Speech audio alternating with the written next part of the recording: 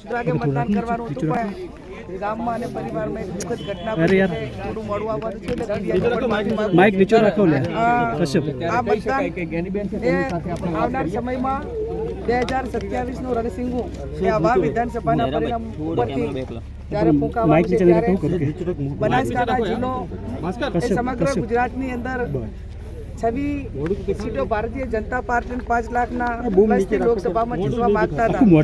એ ટાઈમે પણ મારી ફ્રેમમાં તો મારું માઇક દેખાવું જોઈએ ને ભાઈ.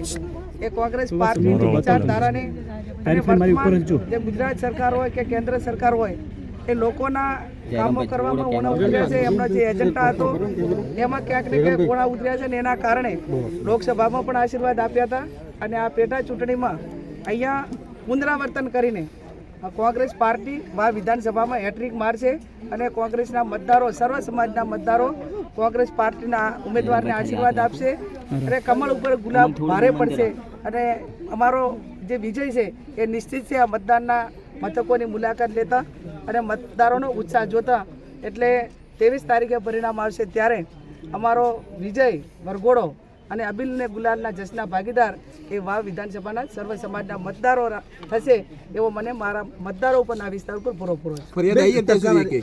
ટકાવારી જે પ્રમાણે મતદાનની છે અત્યારે લગભગ 24% ઉપર મતદાન જતું રહ્યું છે.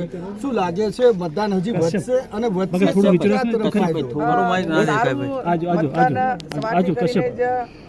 મોટા ભાગના બૂથોની મેં મુલાકાત લીધી. ત્યાં લાંબી લાઈનો 25% ઓલ ઓવર મતદાન છે પણ એ અત્યારના સમય સુધી ખૂબ સારું કહેવાય. જે જાતિ સમીકરણના આધારે પણ પોતપોતે ઉમેદવારો પૂરા પ્રમાણમાં મતદાન થાય એવા એમના ટેકેદારોના બધાના પ્રયાસો રહેશે.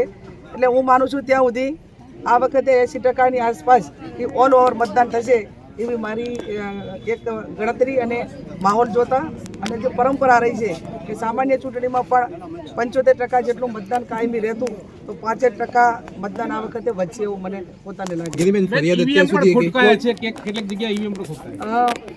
સવારમાં શનિચડા હોય અસાણા હોય આવા 3-4 ગામોની અંદર ઈવીએમ મશીન છે એની ખરાબીના કારણે ક્યાંક ને ક્યાંક લાંબી લાઈનો લાગી અને મતદારોને વેટ કરવો પડ્યો. એક ખાલી પેટા ચૂંટણીમાં પણ જે મશીનરી તૈનાત હોવી જોઈએ એ ક્યાંક ને ક્યાંક અભાવ રહ્યો એવું મને પોતાને લાગે છે. એની ટેકનિકલ બાબત છે અને એનું સોલ્યુશન થઈ ગયું છે અને હવે મતદારો પૂરું મતદાન કરી રહ્યા છે. બીજી કોઈ પણ પ્રકારની ફરિયાદ જે પ્રચાર દરમિયાન આપે આક્ષેપ લગાયા હતા એવું લાગી રહ્યું છે? એ બધું જ્યાં રૂલિંગ પાર્ટી જેને લોકશાહીને માનતા જ નથી, માત્ર પૈસા સામ દામ દંડ ભેદને જે દબાવની રાજનીતિ છે એ એમના એકદમ પેલામાં આવી ગઈ છે વર્તનમાં.